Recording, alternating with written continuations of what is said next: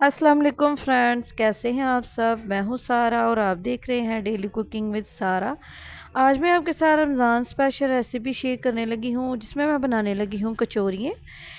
Chicken कचौरी बनाने लगी हूं। उसके लिए मैंने जो है कचौरी के लिए आटा गूंदना है। पहले उसके लिए मैंने 2 कप मैदा लिया है, 1 टीस्पून नमक डाला है और इस तरह से हाथों पे मसल के जो है अजवाइन डाली है।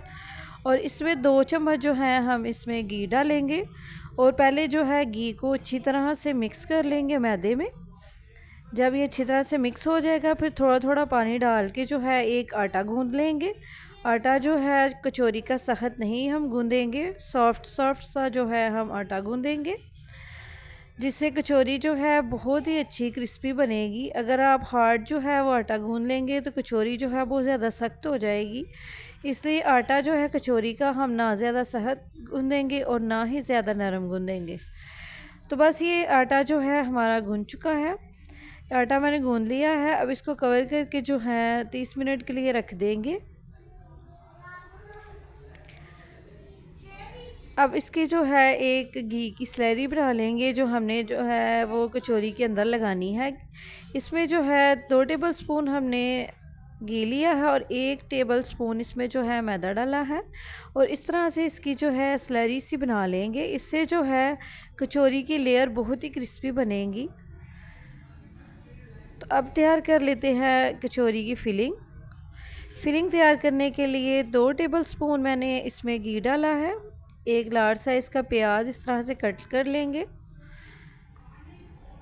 इसको लाइट ब्राउन होने तक भून लेंगे और अब इसमें शामिल करेंगे 1 सब्ज़ मिर्च, इस तरह से फाइन चॉप कर लेंगे और 1 टीस्पून सारे स्पाइस डालेंगे जो कि बेसिक हमारे किचन में होते हैं, जिसमें नमक, मिर्च, हल्दी, ज़ीरा, सूखी मेथी, ज़ीरा पाउडर, लहसुन पाउडर और ज़ीरा जो है हम डालेंगे और इसको अच्छी तरह से भून लेंगे। इस तरह से मसाला जले ना तो इसमें थोड़ा सा जो है पानी डालेंगे और इसको थोड़ा सा इसकी फिर से बुनाई कर लेंगे। अब इसमें शामिल करेंगे बंद गोभी को भी इस तरह से मसाले में जो है भून लेंगे। थोड़ा सा श्रेड किया हुआ चिकन डालेंगे। बॉयल किया था मैंने, ये बॉयल करके इस तरह से इसके रेशे कर लेंगे। इसको भी मसाले में अच्छी तरह से भून लेंगे। अब इसमें डालेंगे सिरका 2 टेबल स्पून और केचप भी हमने इसमें 2 टेबल स्पून ही डाला है। और ये जो फिलिंग है हमारी रेडी हो गई है। ये बहुत ही मज़ेदार सी जो है कचौरी की फिलिंग हमारी बन गई है। कचौरी का जो आटा है वो भी सेट हो गया है। अब इसकी जो है पेड़े बना लेते हैं।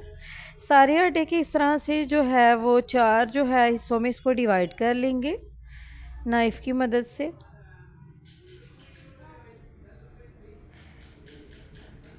तो ये 2 कप मैदे से आपकी जो हैं 8 जो हैं वो कचौरियाँ बनकर तैयार होंगी।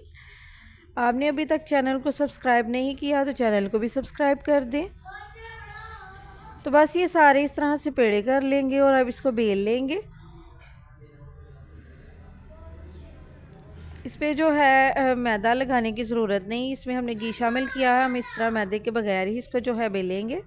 अब जो घी की हमने स्लरी बनाई थी वो इस तरह से जो है वो लगा लेंगे। अच्छी तरह से जो है सारी रोटी पे लगा लेंगे किनारों तक, किनारे खाली ना रहे। इससे जो है कचौरी की लेयर बहुत ही क्रिस्पी बनेगी। अब इसको फोल्ड करेंगे, फिर से इसके ऊपर घी की स्लरी लगाएंगे। घी बहुत ज़्यादा नहीं लगाएंगे, बस नॉर्मल सा इसके ऊपर घी स्प्रेड करेंगे इस तरह से। आपने ये रेसिपी मेरी ज़रूर ट्राई करनी है और मुझे अपना फीडबैक भी देना है कि आपकी ये रेसिपी कैसी बनी। कचौरी जो है अफ्तार में बहुत ही टेस्टी लगती है। आप ये रेसिपी ज़रूर बनाइएगा। तो बस इस तरह से इसको फोल्ड कर लेंगे।